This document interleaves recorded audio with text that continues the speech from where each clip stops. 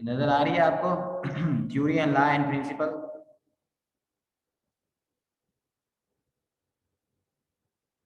बच्चे नजर आ रही है आपको स्क्रीन? सर जी सर, नजर आ रही है।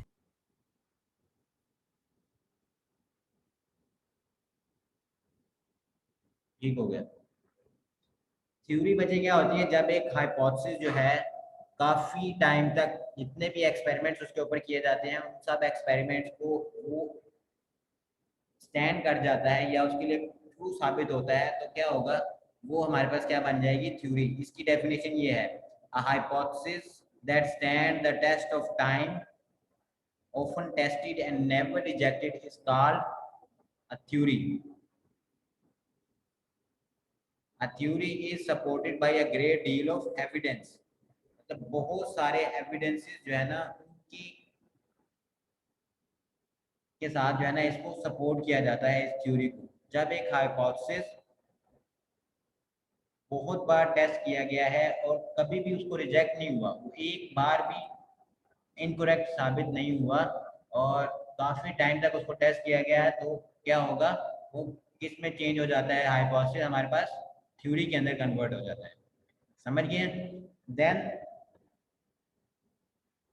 नेक्स्ट है, if a theory survives such doubtful approaches and continues to be supported by experimental evidence. अब जितने भी डाउटफुल अप्रोचेज हैं सारी की सारी किसी एक स्टेटमेंट के हवाले से, किसी एक चीज के हवाले से जितनी भी डाउटफुल अप्रोचेज हैं वो खत्म हो जाती हैं जब उनको एड्रेस कर लिया जाता है या उनको एक्सपेरिमेंटली टेस्ट कर लिया जाता है, तो क्या होगा, वो थ्योरी क्या बन जाती है हमारे पास, लॉ या प्रिंसिपल कहते हैं। इसकी हम कैरेक्टरिस्टिक क्या है, a scientific law is a uniform और constant fact of nature.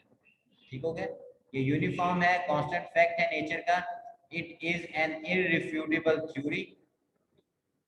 Theory irrefutable हो सकती है जबकि ये लॉ जो है ये इररिफ्यूटेबल नहीं हो सकता। इसके एग्जांपल में आ जाते हैं हमारे पास हार्डी वेम्बर लॉ, मेंडल्स लॉ आ जाते हैं। जो थ्योरी की एग्जांपल हमारे पास है, थ्योरी की एग्जांपल के अंदर आप इसके अंदर लिख सकते हैं कि थ्योरी की सेल थ्योरी कह लें, सेल थ्योरी की एग्जांपल आप इसके अंदर दे सकते हैं। और भी बहुत सारी एग्जांपल्स हैं।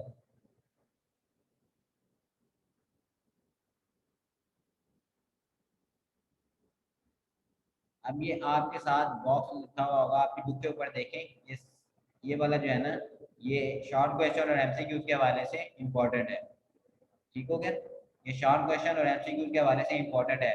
When a female mosquito pierces the skin with her mouth parts, she injects a small amount of saliva into the wound before drawing blood.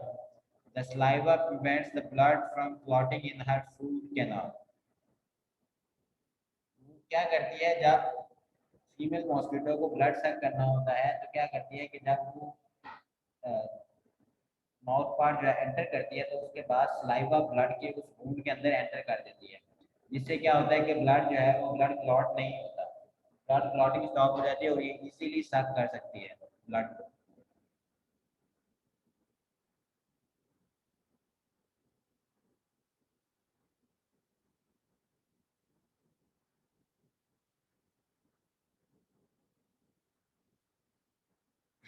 ये देखिए, ये फ्लो चार्ट बनाया हुआ है, ये बायोलॉजिकल प्रॉब्लम है, उसके बाद ऑब्जर्वेशन बनाई गई, ऑब्जर्वेशन के बाद हाइपोथेसिस बना, हाइपोथेसिस के बाद उससे डिडक्शन लॉजिकल रीजनिंग जो है ना निकाले गए, उसके बाद उसके ऊपर एक्सपेरिमेंटल ग्रुप, कंट्रोल ग्रुप बनाए गए, देन एक्सपेरिमेंट के बाद रिजल्ट की समराइजेशन है।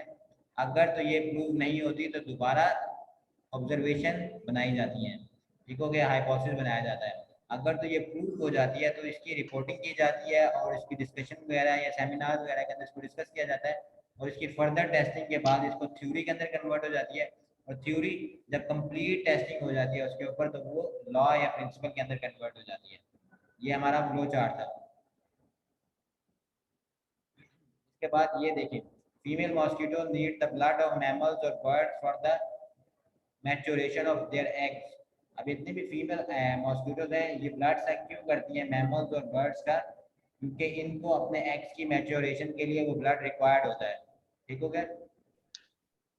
The welt that appear after the mosquito leaves is not a reaction to the wound but an allergic reaction to the saliva.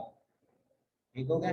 Mosquito के bite करने की वजह से आपको क्या कहते हैं, एलर्जिक रिएक्शन नहीं होता। जब आपको मॉस्किटो बाइट करता है तो आपकी स्किन के अंदर एक एलर्जी या पेन फील होता है। वो पेन जो है वो सलाइवा की वजह से होता है। सलाइवा की वजह से जो एलर्जिक रिएक्शन वहाँ पे होता है उसकी वजह से होता है।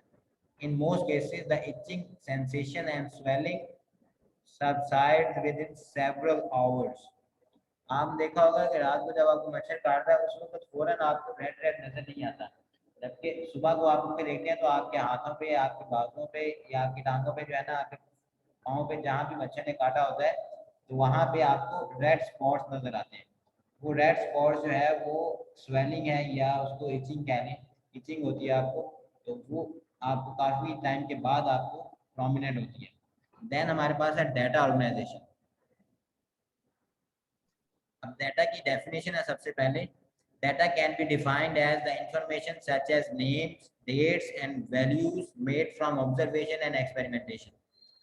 ऑब्जर्वेशन और एक्सपेरिमेंट से जो भी नेम्स हमें सामने आते हैं, डेट्स वगैरह आती हैं या फिर वैल्यूज, कोई भी नंबर जो हमें मिलते हैं, उन सब को हम क्या कहते हैं, कलेक्टिवली डाटा कहते हैं।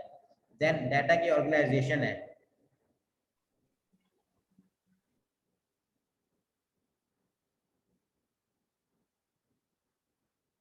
जब भी कोई एक्सपेरिमेंट किया जाता है ना तो उससे पहले एक प्रोटोटाइप बनाई जाती है, एक प्रोटोकॉल बनाया जाता है जिसके अंदर एक्सप्लेन करना होता है आपने कि हम इस डाटा को जो कलेक्ट कर रहे हैं इसको हम ऑर्गेनाइज किस तरह से करेंगे। और ये ऑर्गेनाइजेशन क्यों जरूरी है, क्योंकि डाटा अगर ऑर्गेनाइज फॉर्म के अंदर होगा तो उसको समझना इजी होगा, उसको हैंडल करना इजी होगा और किसी और बंदे को हम एक्सप्लेन करना उसको इजी हो जाएगा। ठीक हो गया? क्योंकि ये एक्सपेरिमेंट की क्वालिटी को इंश्योर करता है। अब इसके डिफरेंट फॉर्मेट्स हैं, किन किन फॉर्मेट्स में ये होता है, ये ग्राफ्स की फॉर्म में, ग्राफिक्स की फॉर्म में होता है, टेबल्स की फॉर्म में ऑर्गेनाइज कर सकते हैं, फ्लो चार्ट की फॉर्म में हम जो है ऑर्गेनाइज कर सकते हैं, मैप्स की फॉर्म में हम ऑर्गेनाइज कर सकते हैं और डायग्राम। ये डिफरेंट वेज हैं जिस तरह से हम डाटा को ऑर्गेनाइज कर सकते हैं। अब डाटा एनालिसिस किस तरह से होती है उसके ऊपर स्टैटिस्टिकल मेथड हम यूज करते हैं। फर्स्ट चैप्टर के अंदर आपने पढ़ा था कि हम मैथमेटिकल टूल्स को यूज करते हुए डाटा को एक्सपेरिमेंट से जो हम कलेक्ट किया जाता है उसको हम ऑर्गेनाइज करते हैं। स्टैटिस्टिकल मेथड्स को यूज करते हुए हम यूज करते हैं। तो वो कौन कौन से स्टैटिस्टिकल मेथड हैं उसके अंदर आपको बताते हैं। इसमें दो तरह के हैं, रेशियो एंड प्रोपोर्शन। ठीक हो गया? रेशियो एंड प्रोपोर्शन, ये दो तरह के हैं। बोली ये फुल है।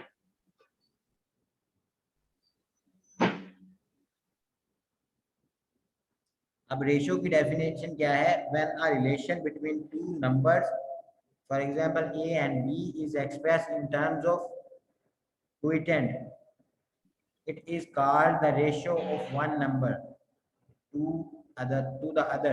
ठीक हो गया? ये इसकी डेफिनेशन है। इसके बाद इसकी एग्जांपल्स आ जाती है। ratios may be expressed by putting a division or colon mark between the two numbers। कौन सा है साइन हम यूज कर सकते हैं रेशियो को एक्सप्रेस करने के लिए। देन इसके बाद जो एग्जांपल इसकी है, the ratio between 50 malarial patients and 150 normal person is 1:3। समझ गए? ये देखें 50 एंड 150 नॉर्मल पर्सन के अंदर हम रेशियो के तौर पे लिखेंगे तो स्मॉलेस्ट नंबर लिखा जाता है, उसका मल्टीपल है 50 multiply by 3 is equal to 150। तो ये देखिए 1:3 हम इसके अंदर मेंशन कर सकते हैं। इसके बाद प्रोपोर्शन है। Proportion means to join two equal ratios by the sign of equality. हम इक्वालिटी से शो करते हैं प्रोपोर्शन को। इसकी एग्जांपल ये है, A ratio B is equal to C ratio D is a proportion between two ratios। ठीक हो गया? दो रेशियोज के दरमियान जब हम इक्वालिटी को शो करना होता है तो उसको हम प्रोपोर्शन कहते हैं। अब इसके लिए हम एक दूसरा साइन भी यूज कर सकते हैं। ये जो देखें डबल रेशियो साइन जो है, when three values in a proportion are known, the fourth one can be calculated।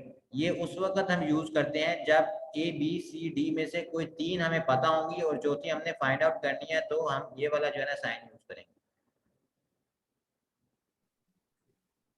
नीचे इसकी एग्जांपल दी हुई है इन्होंने, ये देखें प्रोपोर्शन हमने फाइंड आउट किया है। ये देखें एक चीज हमने फाइंड आउट करनी थी एक्स, बाकी चारों चीजें हमें पता थी। ये प्रोपोर्शन है, देखिए 14, 20, x एंड 100, ये हमने फाइंड आउट करना है, x फाइंड आउट करना था, तो x की वैल्यू हम इस तरह से कैलकुलेट करेंगे।